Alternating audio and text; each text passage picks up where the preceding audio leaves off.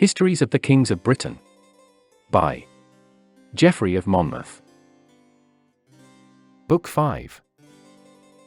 If you are returning to the Classic Masterworks channel, welcome back. If you are new, please don't forget to like and subscribe and hit the bell notification so that you will be made aware of our latest content. And now, on with the story.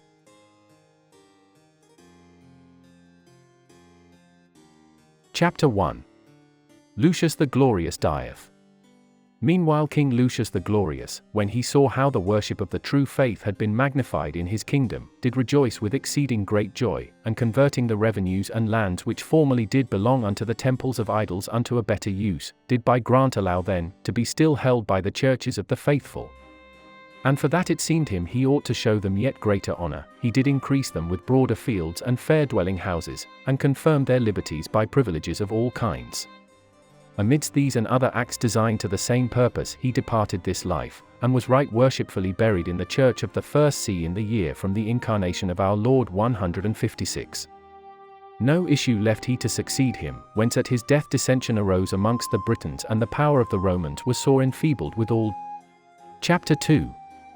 When these tidings were brought unto Rome, the Senate sent as legate Severus the senator and 2 legions along with him to recover the country to the Roman power. Severus defeateth Fulginius. So soon as he had landed, he did battle with the Britons, and one part of them surrendered unto him, but the rest, whom he could not subdue, he did so harass with continual slaughter and defeat, as that he drove them to take refuge beyond Dera in Albany. Natheless, under their duke, Fulginius, they withstood him with all their might, and many a time inflicted passing sore slaughter both upon their fellow countrymen and upon the Romans. For Severus took with him as auxiliaries all the island people whomsoever he could find, and thus oftentimes returned with victory. But their emperor, grievously annoyed at these incursions, bade build a wall betwixt Dera and Albany so as to hinder his making any nigher attack upon him. A wall accordingly they wrought at the common charge from sea to sea that did for a long space bar every opening against the inroads of the enemy. Howbeit, when Fulginius could no longer stand his ground, he crossed over into Scythia to beseech the help of the Picts in restoring him to his dignity. And when he had there assembled all the youth of the country, he returned with a passing great fleet into Britain, and laid siege unto York. Which matter coming to be bruited abroad amongst the other nations, the greater part of the Britons deserted Severus and went over to Fulginius. But not for that did Severus slacken in his emprise. He mustered his Romans and the other Britons that still stuck to him, marched off to the beleaguered city and gave battle to Fulginius. But when the battle had been hotly fought out to the end, Severus and a multitude of his men had been slain, and Fulginius himself wounded to the death. Carausius the pirate. Severus was buried just afterwards at York, whereof his legions had taken possession. He left 2 sons, Bassianus and Geta, whereof Geta was born of a Roman mother while Bassianus was son of British lady. When their father was dead, the Romans according raised Geta to the kingship, favouring him the rather for that he was Roman of both sides. But the Britons refused to accept him, and elected Bassianus for that he was of their kindred by his mother's blood. Straightway the brethren fall to fighting, wherein Geta being slain Bassianus obtaineth possession of the kingdom. Chapter 3. At that time was there in Britain a certain youth by name Carausius, born of low degree, who after that he had approved his prowess in many encounters, made his way to Rome, and besought leave of the Senate to defend with his fleets the coasts of Britain against the incursions of the barbarians, the which if it were granted unto him he promised that he would achieve so many and such great matters as that the Republic should be more magnified thereby, than it could be with a kingdom of Britain. Delivered into their hands these fine promises he made cajoled the Senate, and he succeeded in obtaining that which he had asked for, returning to Britain with charters sealed. Bassianus betrayed. Forthwith, swiftly collecting a number of ships, he made choice of a number of daring youngsters and putting to sea went round all the shores of the kingdom and raised a passing great disturbance among the people. Meanwhile, landing in the neighbouring islands, he ravaged the fields, sacked the towns and cities, and plundered all that they possessed from the islanders. Whilst he was carrying on in this wise, all they that hanker after other men's goods began to flock about him, whereby presently such an army had he got together as that none of the neighbouring princes could have withstood him. Presently his spirit was so puffed up at having such a force at his command that he told the Britons, so they would make him king, he would slay the Romans to a man and free the whole island of that race of barbarians. And when he had obtained his demand, he forthwith gave Bassianus battle and slew him, taking the rule of the kingdom into his own hands. Howbeit, it was the Picts whom Fulginius, his mother's brother, had brought into Britain that did betray Bassianus, for just in the pinch of the battle, when it was their bounden duty to come to Bassianus' rescue, they had been so corrupted by the promises and bribes of Carausius, that they fell upon the allies of Bassianus. Whereby the rest, who could not tell which were their allies and which their enemies, fled away, hot foot, and victory remained with Carausius.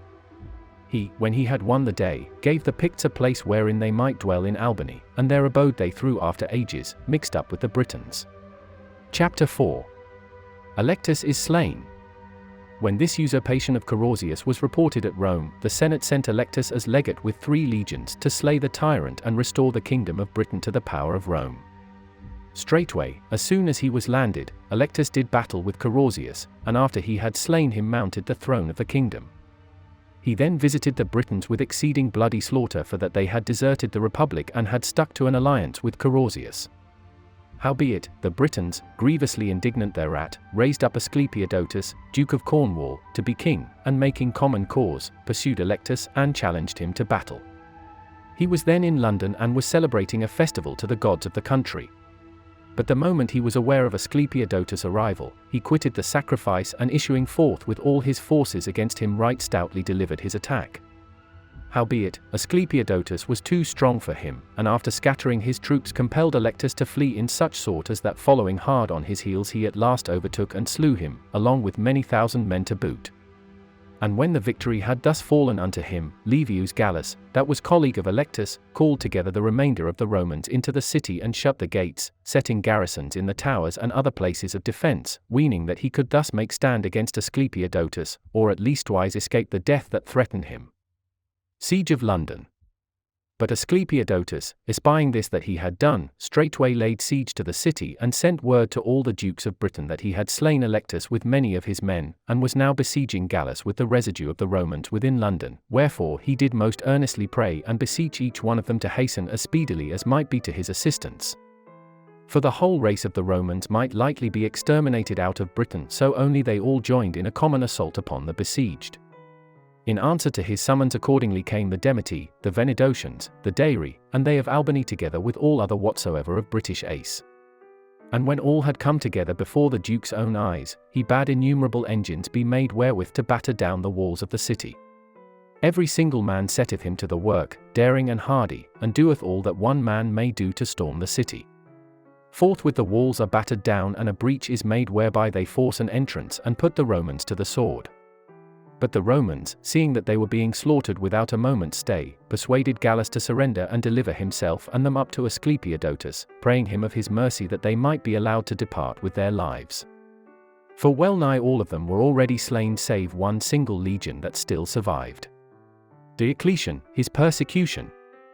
Gallus yielded his assent thereunto, and gave up his men and himself unto Asclepiodotus, but when he did greatly desire to have mercy upon them, up came the Venidocians and forming themselves in rank about them smote off every one of their heads on that one day, over a brook within the city that was afterward called after the Duke's name in British, Nantgallim, but in Saxon, Walbrook.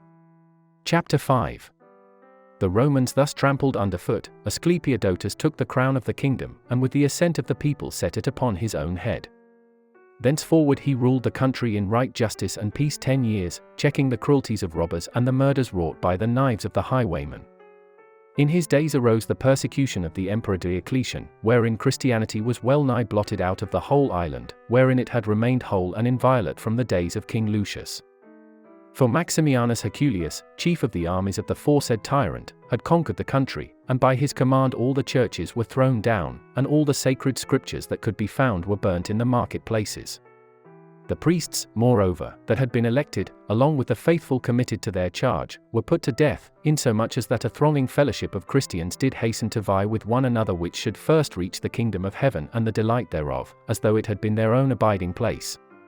Coel slayeth Asclepiodotus.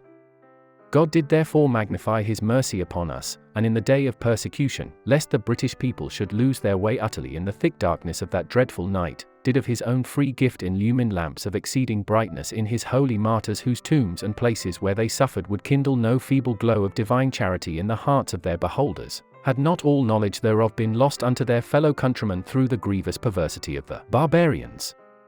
Amongst others of both sexes that with undaunted courage stood firm in the ranks of Christ suffered Alban of Verulam and Julius and Aaron of the city of legions, whereof Alban, glowing with the grace of charity, when his confessor Amphibolus was pursued by his persecutors and was just on the very verge of being taken, did first hide him in his own house and afterwards offer himself to suffer death in his place, herein following the ensample of Christ laying down his life for his sheep. The other twain were torn limb from limb and mangled in unheard of wise, and fled forth without tarrying unto the gates of the Jerusalem that is above, crowned with the garlands of their martyrdom. Chapter 6. Meanwhile Coel, Duke of Caer Colvin, that is, Colchester, raised an insurrection against King Asclepiodotus, and after slaying him in a pitched battle, did set the crown of the kingdom upon his own head. When the tidings thereof were announced at Rome, the Senate rejoiced greatly over the death of the king, who had throughout been so sore a trouble unto the Roman power. Queen Helena, calling to mind with all the disaster they had suffered in the loss of the kingdom, they sent as legate Constantius the senator, who had subdued Spain unto their dominion, a wise man and a hardy, who had wrought more than any other to magnify the power of the commonweal. Now Coel, Duke of the Britons, when he was aware that Constantius was arrived, durst not venture to do battle against him, for that he had heard tell of him how no king might make stand against him. Accordingly, so soon as Constantius set foot within the island, Coel sent his messengers unto him, and besought him of peace, promising fealty and homage on condition that he might possess the kingdom of Britain and pay naught beyond the wonted tribute unto the Roman sovereignty. This message delivered, Constantius thereunto agreed, and peace was duly confirmed by the giving of hostages. A month afterward Coel was overtaken of a right grievous malady, whereof within 8 days he died. After his death, Constantius took unto himself the crown of the kingdom, and therewithal the daughter of Coel unto wife. Her name was Helena, and all the damsels of the kingdom did she surpass in beauty, nor was none other anywhere to be found that was held more cunning of skill in instruments of music nor better learned in the liberal arts.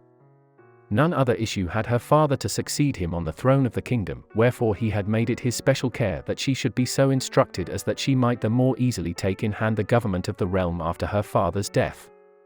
Constantine succeedeth. And after that Constantius had taken her as his queen, she bare unto him a son, and called his name Constantine. Sit hence that time, 11 years had passed away, when Constantius died at York and bequeathed the kingdom unto his son, who, when he was raised to the honours of the throne, within a few years did begin to manifest passing great prowess, showing the fierceness of a lion in maintaining justice among his people, restraining the ravening of robbers and treading underfoot the cruelties of them that did use oppression, being resolved that everywhere his peace should be made new and firmly stablished. Chapter 7.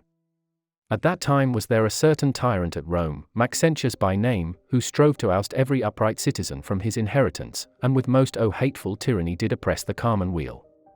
They upon whom his cruelty fell, driven out of their own lands and country, fled away unto Constantine in Britain, and by him were received with honour. At last, when many such had flocked about him, they did stir him up unto hatred of the said tyrant, and did full often exclaim against him in speeches such as this: How long, O Constantine, wilt thou endure this our calamity and exile? Wherefore delayest thou to restore of us to our native land? Thou art the only one of our blood strong enough to give us back that which we have lost and to drive Maxentius forth. Constantine Emperor Rome. For what prince is there that may be compared unto the King of Britain, of whether it be in the valour of his hardy soldiers or in the plenty of his gold and silver? We do adjure thee, give us back our possessions, give us back our wives and children by emprising an expedition to Rome with thine army and ourselves. Chapter 8. Provoked thereunto by these and other words, Constantine accordingly went to Rome and subdued it unto himself, and thereafter did obtain the sovereignty of the whole world. He had taken with him 3 uncles of Helena, Leolin, to wit, Traherne and Marius, and raised them unto the order of senators. In the meanwhile Octavius, Duke of the Wissay, raised an insurrection against the proconsuls of the Roman sovereignty unto whom the government of the island had been entrusted, and after slaying them, himself assumed the throne of the kingdom. And when tidings of this had been brought unto Constantine, he sent hither Traherne, the uncle of Helena, with 3 legions to recover the island unto the Roman sovereignty. Traherne, accordingly, landing on the coast nigh the city that in British is called Kerperis, made an assault thereupon, and within 2 days took it. The which, being bruited abroad amongst all the nations, King Octavius gathered together the whole armed strength of the island and met him no great way from Winchester, in the field that in British is called Masuria, and, delivering battle, obtained the victory. Octavius retrieveth defeat. Trajan with his wounded troops betook him to his ships, and embarking, made for Albany by sea voyage, where he busied him in ravaging the provinces. When this news was brought back again by his messenger, King Octavius reassembled his companies in pursuit of him, and did battle with him in the province that was called Westmoreland, but this time he had to flee without the victory. But Trajan, when he saw that victory was his own, pursued Octavius and gave him no rest until he had wrested from him his cities and his crown. Octavius, therefore, in sore trouble at the loss of his kingdom, repaired with a fleet to Norway to seek for help from King Gombert. Meanwhile he had by edict bidden his familiars use every effort to compass the death of Trajan. The earl of a certain municipal fortified town, who loved Octavius above all other, accordingly, was not slow in fulfilling the command. For when on a day Trajan issued forth of London, he lay in wait for him with 100 soldiers in a certain coombe of the forest wherethrough he had to pass, and as he was going by, sallied out unexpectedly upon him and slew him in the midst of his own fellow soldiers. So, when this was reported unto Octavius, he returned unto Britain, and after scattering the Romans, recovered the throne of the kingdom. Hence, after a brief space, such was his prowess and so great plenty of gold and silver had he, as that no man was there of whom he was afeared, and he held the kingdom of Britain happily from that time forward until the days of Gratian and Valentinian. Chapter 9. Conan thinketh to be king. At last, worn out with eld, and desirous of making provision for his people at his death, he inquired of his counsellors which of his family they would most gladly raise to be king after that he himself were departed. For he had but one single daughter, and was without heir male unto whom he might hand down the rule of the country. Some, accordingly, proposed that he should give his daughter to wife along with the kingdom unto some Roman noble, so as that thereby they should enjoy the firmer peace. But others gave their voice that Conan Meriadoc, his nephew, should be declared heir to the throne of the kingdom, and that his daughter should be given in marriage with dowry of gold and silver unto the prince of some other kingdom. Whilst that they were debating these matters amongst themselves, in came Caradoc, Duke of Cornwall, and gave it as his counsel that they should invite Maximian the senator and give him the king's daughter and the kingdom, that so they might enjoy perpetual peace. For his father was a Welsh Briton, he being the son of Leoline, uncle of Constantine, of whom mention hath been made above. By his mother and by birth, howbeit, he was Roman, and by blood was he of royal pedigree on both sides. Caradoc held therefore that this marriage did promise an abiding peace, for that he knew Maximian, being at once of the family of the emperors and also by origin a Briton, would have good right to the kingdom of Britain. Maurice inviteth Maximian. But when the Duke of Cornwall had thus delivered his counsel, Conan, the king's nephew, waxed indignant, for his one endeavour was to make a snatch at the kingdom for himself, and aiming at this end only, stuck not to run counter to the whole court beside. But Caradoc, being in no wise minded to change his purpose, sent his son Maurice to Rome to sound Maximian on the matter.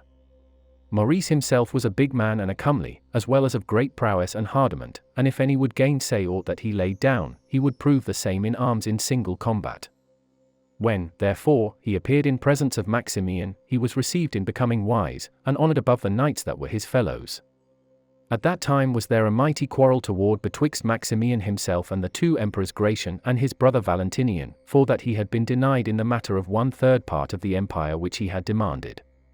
When Maurice, therefore, saw that Maximian was being put upon by the twain emperors, he spake unto him in these words: What causest thou, Maximian, to be afeard of Gratian, when the way lieth open unto thee to snatch the empire from him? Come with me into the island of Britain, and thou shalt wear the crown of the kingdom. For King Octavius is sore borne down by eld and lethargy, and desireth naught better than to find some man such as thyself unto whom he may give his kingdom and his daughter. For heir maleth he none, and counselleth he sought of his barons unto whom he should give his daughter to wife, with the kingdom for dower. Maximian cometh to Britain. And, for that his barons would fain give obedient answer unto his address, his high court hath made resolve that the kingdom and the damsel should be granted unto thee, and unto me have they given commission that I should notify thee of the matter. If, therefore, thou wilt come with me into Britain, thou shalt achieve this adventure, the plenty of gold and silver that is in Britain shall be thine, and the multitude of hardy men of war that dwell therein. Thus wilt thou be enough strong to return unto Rome, and, after that thou hast driven forth these emperors, then mayst thou enjoy the empire thereof thyself. For even thus did Constantine thy kinsman before thee, and many another of our kings that hath ere now raised him unto the empire. Chapter 10. Maximian, therefore, giving assent unto his words, came with him into Britain. On his way he sacked the cities of the Franks, and thereby purveyed him of heaps of gold and silver wherewith to pay the men of arms he mustered from every quarter. Soon afterward he put to sea and made for Hamo's port with a fair wind. And when tidings thereof were brought unto the king, he was dismayed with sore amazement, weening that an enemy's army was upon him. Wherefore calling unto him Conan his nephew, he commanded him to summon every man in arms throughout the country and to march against the enemy. Octavius affrighted. Conan accordingly assembled all the youth of the kingdom and came to Hamo's port, where Maximian had pitched his tents. He, when he perceived how huge a multitude they were that had arrived, as in a grievous quandary, for what was there he could do? They that had come with him were a far smaller company, he dreaded the number and the courage of Conan's fighting men, and of peace had he no hope. Wherefore, calling unto him the elders of his host along with Maurice, he bade them say what they thought best to be done in such an overtake. Unto whom saith Maurice, Not for us, certes, is it to do battle with such an army of knights and warriors, nor came we hither for any such purpose as an invasion of Britain by force of arms. Behoveth us ask for peace and leave to abide in the land until such time as we know the king's mind. Let us say that we be envoys from the emperors, and bear their mandates to Octavius, so as to humour these folk and wheedle them with politic words. So, all of them approving this scheme, he took with him 12 of the barons, hoar-headed and of sounder wit than the rest, all with boughs of olive in their right hands, and came to meet Duke Conan. When the Britons beheld these men of reverend age bearing the olive in token of peace, they uprose from their seats to do them honour, and made way for them to pass freely unto the Duke. Straightway, standing in the presence of Conan Meriadoc, when they had saluted him on behalf of the emperors and the senate, they said that Maximian had commissioned unto King Octavius to bear him the mandates of Gratian and Valentinian. Maurice, his crafty device. Unto whom Conan, wherefore, then, is he followed by so large a company? This is not the guise wherein legates wont to appear, but rather that of an invading army that is minded to do us a mischief. Then saith Maurice, unmeet had it been for a man of so high rank to come hither save in seemly state and with due escort of knights and men, and all the more for that as representing the Roman Empire, and also by reason of deeds done by his forefathers, he may haply be hated of many kings. Were he to march through the land with a lesser company, like enow he might be slain by the enemies of the commonweal. In peace he cometh, and in peace he doth beseech, as in truth ought well to be believed from that which he hath done. For from the time that here we landed have we so behaved us as that we have done no wrong unto no man. All our charges have we paid like peaceful folk, we have bought fairly that which we needed, and naught have we taken from any man by force. And whilst that Conan was still wavering as to whether he would make choice of peace or war, Caradoc, Duke of Cornwall, accosted him, as also did other of the barons, and persuaded him not to enter upon a war after listening unto such a petition. Wherefore, albeit that he were fainer to fight, he laid down his arms and granted peace, himself escorting Maximian to the king in London, and setting forth unto him the whole matter in order as it had fallen out. Chapter 11. Caradoc his speech to Octavian. Then Caradoc, Duke of Cornwall, taking with him his son Maurice, bade that the bystanders should withdraw them, and addressed the king in these words. Behold, that which they who do with true affection observe their obedience and fealty towards thee have so long time desired, hath, by God's providence, now been brought unto a happy issue. For thou didst ordain that thy barons should give thee counsel as to what were best to do as concerning both thy daughter and thy kingdom, forasmuch as that in these days thine eld doth so sore let and hinder thee of governing by people any longer. Some there were that counselled delivering up the crown unto Conan thy nephew and marrying thy daughter worthily elsewhere, as fearing the ruin of our countrymen should a prince of foreign tongue be set over them. Others would have granted the realm unto thy daughter so she were matched with some noble of our own speech who might succeed thee on thy departure. But the more part gave it as their counsel that some man of the blood or the emperors should be sent for, unto whom might be given thy daughter and thy crown. For they promised that a firm and abiding peace would ensue therefrom, seeing that they would be protected by the power of Rome. Now, therefore, behold, God hath deigned that this youth should be wafted to thy shores, who is born not only of the blood of the Romans but of the blood royal of the Britons, and unto him, by my counsel, wilt thou not tarry to give thy daughter in wedlock. Maximian and Conan reconciled. 4. Put case thou shouldst deny him in this, what right canst thou confer upon any other as against him to the realm of Britain? For a kinsman is he of Constantine, and nephew of Coel our king, whose daughter Helena none can deny to have possessed the kingdom by right hereditary. And when Caradoc had thus made report of the council of the barons, Octavius agreed thereunto, and by common consent forthwith gave the kingdom of Britain together with his daughter unto Maximian. The which Conan Meriadoc beholding, he did wax indignant beyond all telling, and betook him privily unto Albany, where he busied him in raising an army to harass Maximian. When he had assembled his troops together, he crossed the Humber river, and ravaged the provinces both on the hither side thereof and on the further. When this was reported unto Maximian, he assembled his whole strength, and hurrying forth to meet him defeated him in battle and returned home with victory. Natheless was Conan not so enfeebled thereby that he could not again rally his men, and when he had got them together he set him again to harrying the provinces.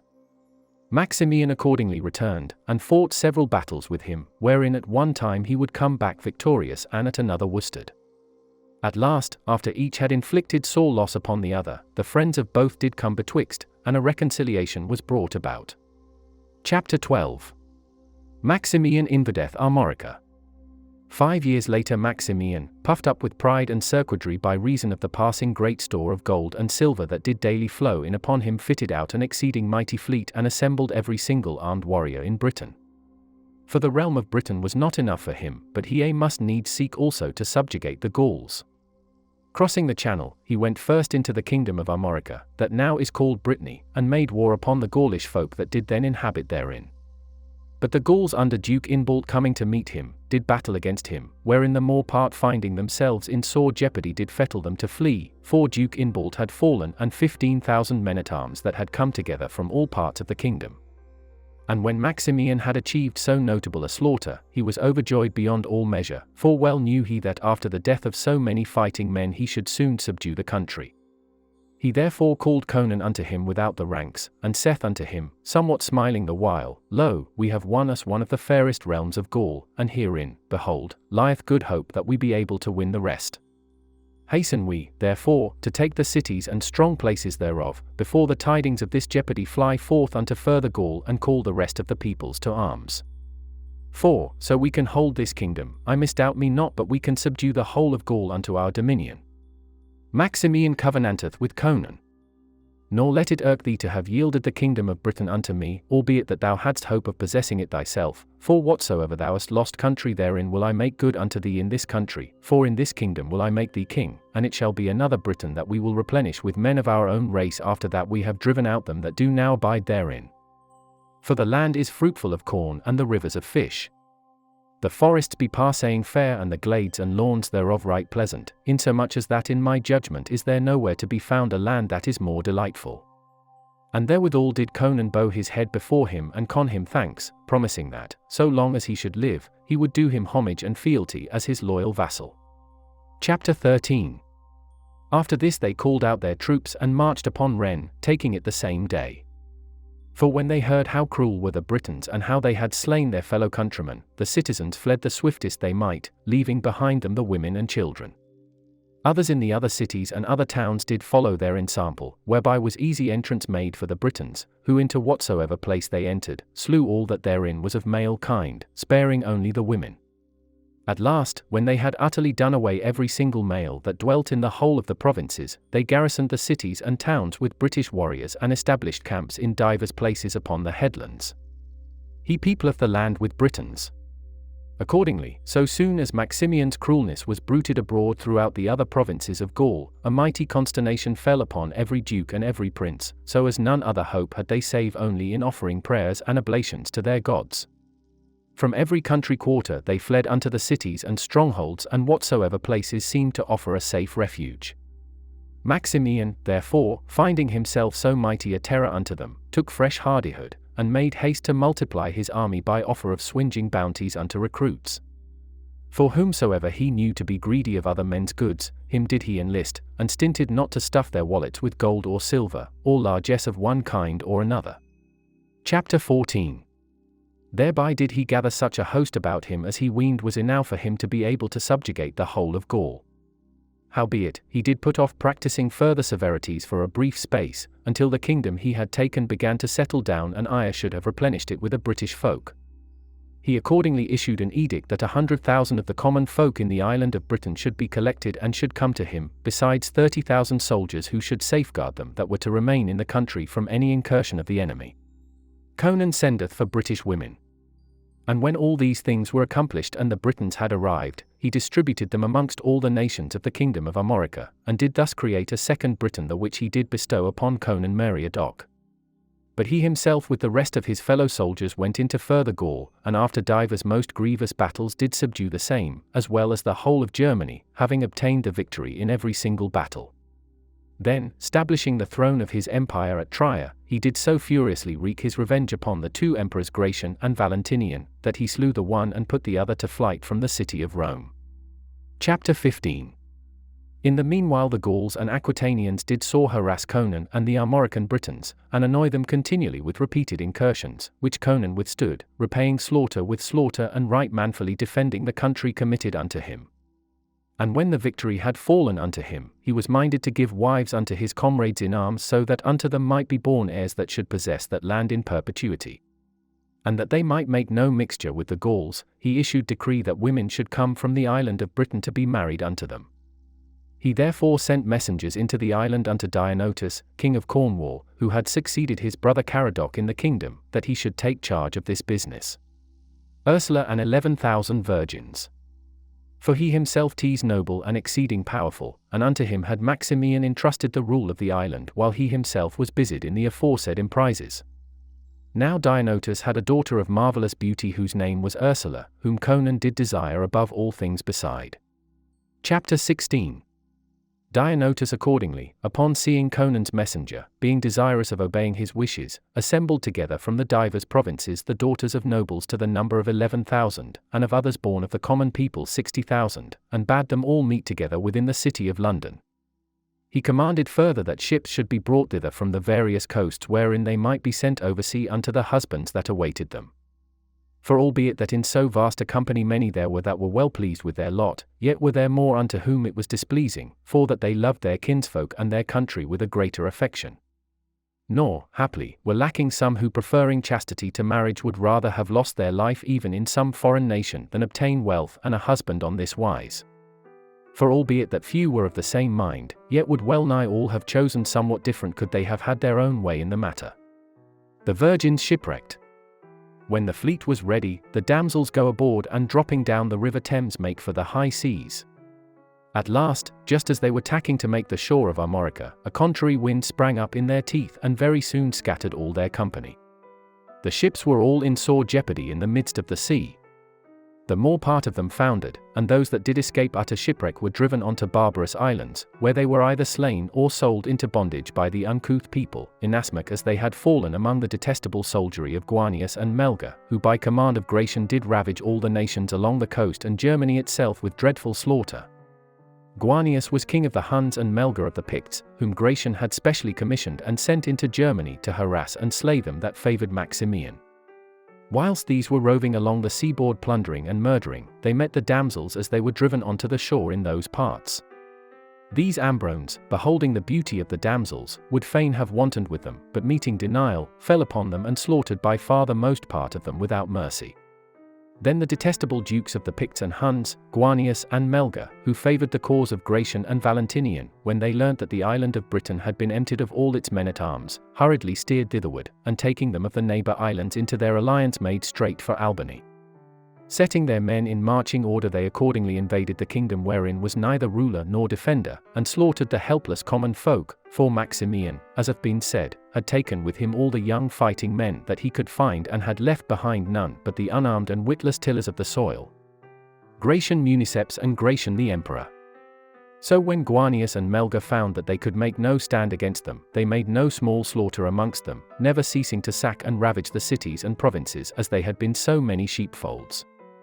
When, therefore, this so grievous calamity was reported unto Maximian, he sent Gratian the burgess with 2 legions to their assistance, who as soon as they landed in the island gave battle to the enemy and drove them forth into Hibernia with sore slaughter, In the meanwhile Maximian was slain at Rome by the friends of Gratian, and the Britons whom he had brought with him were slain or scattered.